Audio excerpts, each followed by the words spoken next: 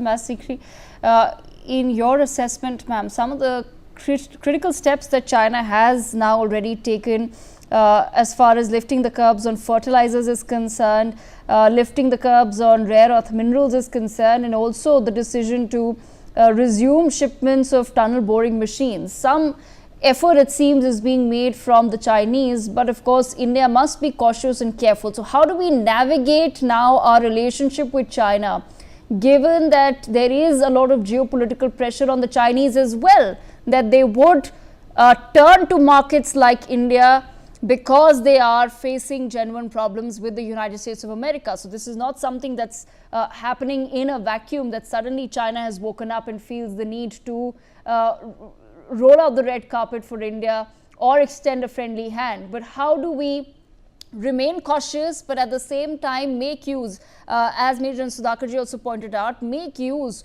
of the opportunity that China's problems with America have opened up? I think that we have to realize very clearly that this is a moment which benefits both countries. I think this is a very good example of India's policy of multi-alignment and India's policy of strategic autonomy.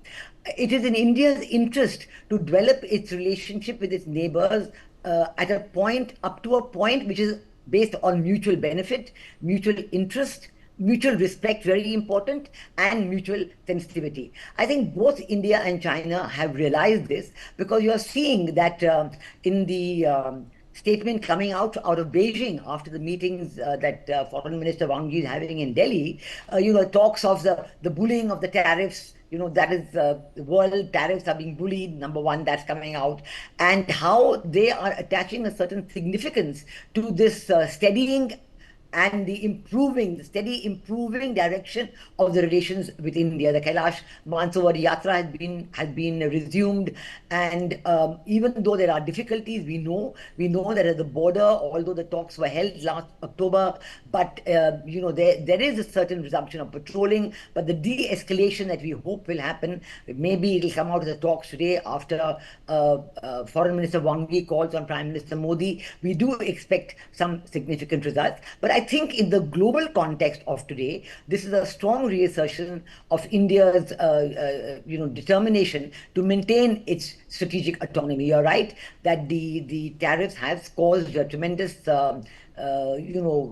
upset in the world trading relations. I don't think they're ever going to be the same again. So each country is determined to find additional markets. We know that for China, the Indian market is important, and we know that for India, there are certain things that we need in the immediate context from China, and we are very glad that the tunnel boring machines, the rare earths, and the fertilizers, all these supplies will start soon. Direct flights may start very soon, and this will be a really positive uptake. Prime Minister's visit to Tianjin for the SCO summit and his discussions there with President Xi Jinping are a very important item on the agenda. They had met at Kazan the last time at the Russia meeting, but we know that the preparations, Foreign Minister Wang Yi's visit is essentially a very important preparation point in Prime Minister's forthcoming discussions with President Xi Jinping. But the decisions that have already been taken are a good sign. They are a good pointer.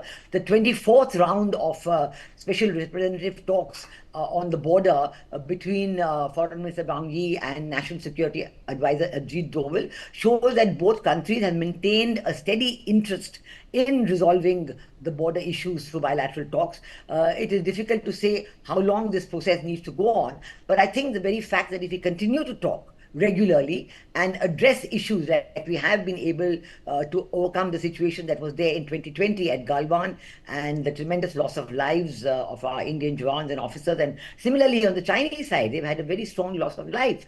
But nonetheless, it's taken a number of years for both countries to come around to realizing that we have to work together regardless. And I think this will remain now, judging from the statements coming from all sides. It will be an important part of India's multi-alignment. And all the while we continue our talks with everybody else. I think India and China have a very important cooperation in BRICS as well, where India is also has its own interest in BRICS, and we do know that BRICS today represents a very substantive grouping, and President Trump is always criticizing this in no uncertain terms. But India has always maintained that we are going to have a very steady approach towards BRICS. We are not looking for de-dollarization, but we are looking for trade in national currencies, which is a very good a mutually beneficial approach to have. So I think that the tenor of the talks, the goodwill of the meetings yesterday and today, and now the call on Prime Minister Modi, these are going to be very important pointers in the coming months. It shows that that China, fully aware of the turmoil being caused in the world. The important word I want to say from the document put out in Beijing after the talks, that China has used the word multipolarization. Now, this is interesting because China has so far been talking about the G2, and they have been trying to persuade America to accept the G2 concept that, China and USA are the two big leaders of the world, and they are going to decide what happens to the rest of the world among them. And it has been our apprehension for some time that is President Trump veering towards the G2 concept. But I think China has set that right by using the word multipolarization in their readout today, which shows that China is veering more towards or recognizing the importance of multipolarization, of strategic autonomy, of working with different groups and individuals based on mutual interest and respect. And I think that is a much better way for the world to go than even for China to depend in any way on America, which has shown itself to be very uncertain and unaccommodative of the interests of other countries. So I think that all in all, this visit has been an important one, and I hope that it'll carry on. The momentum will carry on when our Prime Minister visits Tianjin for the SCO summit.